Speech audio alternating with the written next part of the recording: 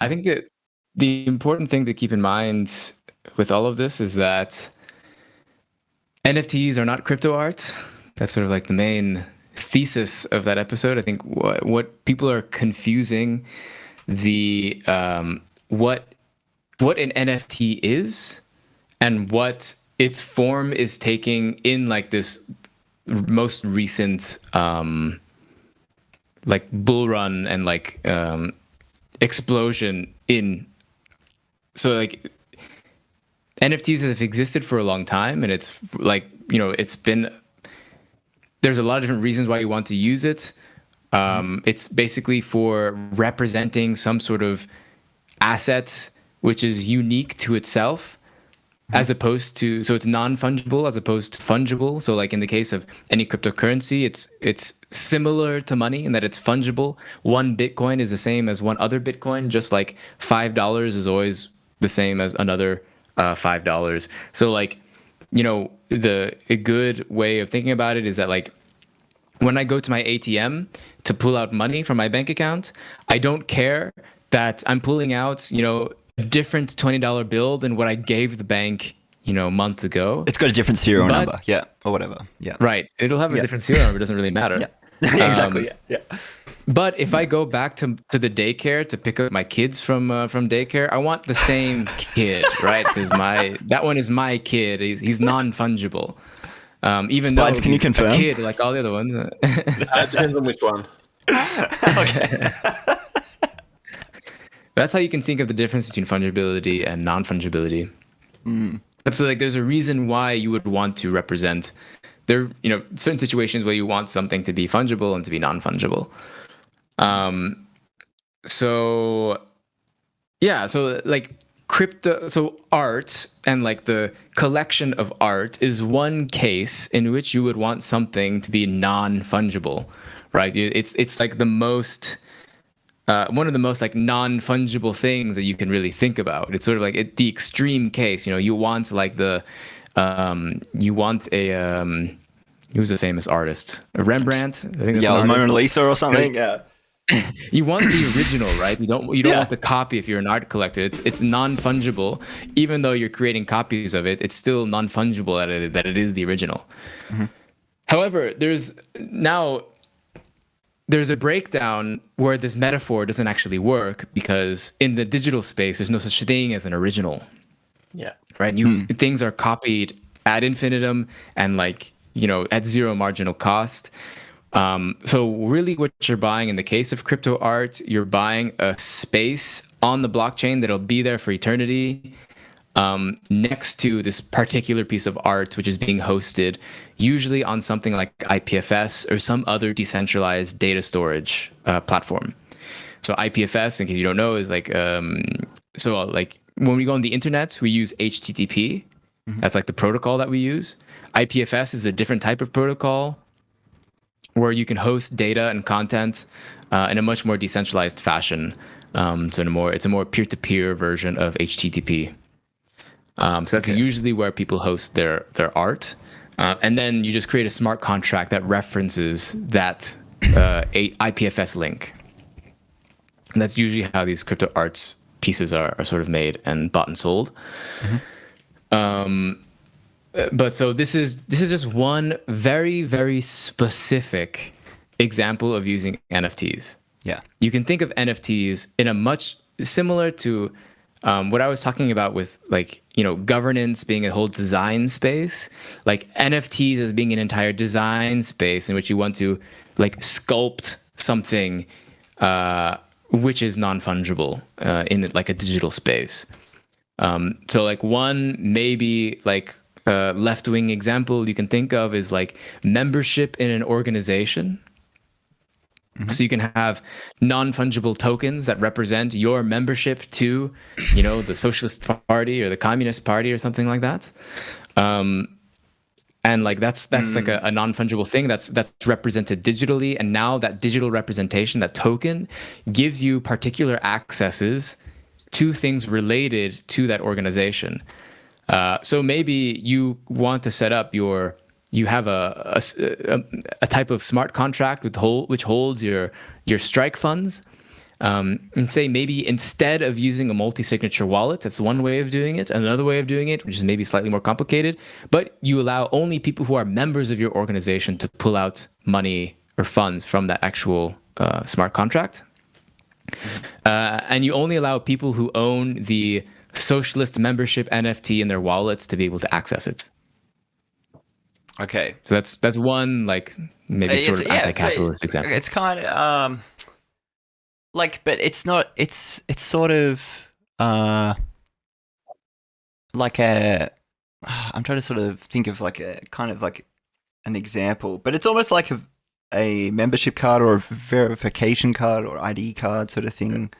Yeah. Yeah, that's one way of thinking about it. Yeah. Yeah. But An I think access card. It's a non-trivial thing, I think. For the left especially. I mean, how many left-wing organizations have been infiltrated by, you know, state security apparatuses, by like, you know, the CIA, the FBI, you know, one person infiltrates it and then they like destroy the entire thing. Yeah.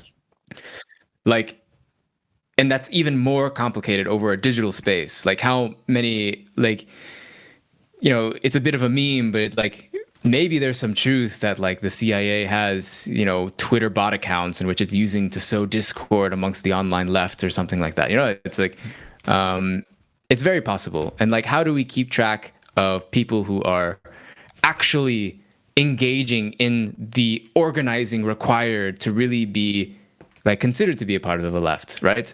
Like if you're looking at, let's say we have a social media account that's integrated into the blockchain, you see one big left-wing account that has no sort of credentials, that has no, is making a lot of claims about one thing or another related to left politics. And then on the other side, you have a left-wing account that has several NFTs related to being a part of some sort of political organization, to have being played a part in maybe a specific event, political event that they could only have received if they were there, if they were a part of it. Yeah. They can prove that they've given money into the strike fund even. It's funny, Twitch actually has those, like TwitchCon. You get a little like tag next to your name if you went to TwitchCon, you know, that sort of thing. Like when you bought your TwitchCon ticket. Yeah.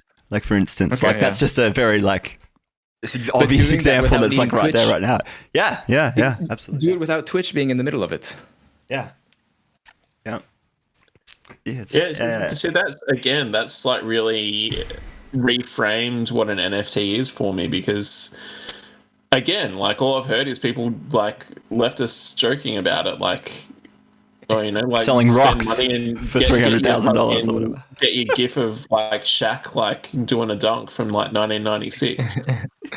That's what an NFT is. But like when you like, I think what just seems to keep coming up over and over and over again is all of these things are tools which can be used for any number of different purposes. And the problem is that like if NFTs are dumb right now, it's because the uses that they're being employed for are dumb. Well, it's like it's the people that are in that industry right now are doing what they would ideologically, I guess. Like I was saying before, there's no leftists in it to do the leftist things. So when people look from the outside in, all they see is like the left, like the libertarians or the right wing people doing their right wing projects or their libertarian projects, right? Like related to NBA gifts. Yeah, exactly. There's no big leftist project where people can look at it and go, oh, it's not just people selling rocks, you know, speculatively, or like pictures of rocks, or like it's not just, you know, pump and dumps. It's not just rug balls in the stock market and stuff like that. Like it doesn't seem like there's a lot of public. We could have leftist Shaq gifts. Yeah, we could. We definitely could. But I mean, you can imagine. I mean, you know, you can still take the concept and, you know, have a collective of left-wing artists who are selling their art, and selling it as an NFT, in which the money that's raised is funding, you know, a strike fund, or is, you know, it's just a reason for people to give money to the strike fund or something like that. I think in a way, and I don't know if this is, I'm saying this as a neutral statement. I'm not necessarily attaching positive or negative connotations to it, but the sort of things that you were describing about like gaining like NFTs, like these tokens, as a result of engaging in real world leftist things or like donating to funds, it's almost like gamification of actual IRL leftism, because I think that that's such a problem at the moment, is that leftism has become kind of like a subculture, or like a cultural signifier even, of like these different sort of bands of identity that exist like in certain social media spaces, and that it could potentially be a good thing if these sort of folk who kind of are engaged in this internet culture and are engaged in like this sort of gaming mentality, to want to go out and collect credibility points, you know, like these NFTs of like, but you know, because so much of it is like flexing and trying to sort of have this credibility. But if in order to get the credibility you actually have to do the thing, then You have to do the praxis. yeah, well, but that could potentially, like, because I think that once people get out into these real world spaces and engage in actual organizing work, or like talking with other people from slightly different ideological backgrounds and having to work with them, like It'll become less about accumulating the token. yeah, the initial motivation of like trying to get all these tokens and get the cred becomes like genuine Secondary. engagement in the socialist project, potentially. Like and like I said, it's a non. It could go the other way too. I'm thinking of it as sort of like I don't know, like Boy Scout badges to prove that, like, you know, you've done. You've been at you've supported you know, some sort of strike, or you've gone to some sort of rally, you've gone to some sort of like protest, just to show. I mean, like on one side, there's like, you know, there's a need for it. Like I think you should. There's a certain amount of gatekeeping in the left around, like, oh, you're not really on the left, you're not actually organizing, you're not doing anything. That's the only thing I'm thinking about this whole time. Yeah. Which like there is a truth to that. Some people are sort of like, and you know, I'm guilty of this probably to a certain extent as well, of being sort of like armchair leftist or whatever, and just sort of like critiquing from your comfortable home. But like, you're on the extremely online left Twitch stream. But like, there's a need to show that like you've done something, and it gives a sort of precedence and type of social pressure. I think it could to get people involved. Like, how do I get my first, you know, my Socialist Boy Scout badge? I can go and attend this rally that's happening, you know, maybe half an hour away from my house, and I can, you know, try and collect it. But maybe that's the original thing, that they want to have that badge on their online account or whatever, but it becomes then something a lot bigger, where they're actually interacting IRL with people who are trying to do some good work. Yeah, engaging in the actual projects. And this is something like, it's so easily possible to implement. Like the tools are already there. What we're missing is more for people to actually use it, of course, and for there to be some sort of like representation of, you know, this badge that you were at some sort of event. But like already, like crypto native types of organizations are using these types of what's called proof of attendance type of NFTs in order to show like that you are who you say you are. So like you are, you know, you're in the group, that you're in the crypto crowd because you went to this crypto conference last year, and because you did XYZ. So there's already like a tool out there called proof of attendance, in which you can do that pretty easily.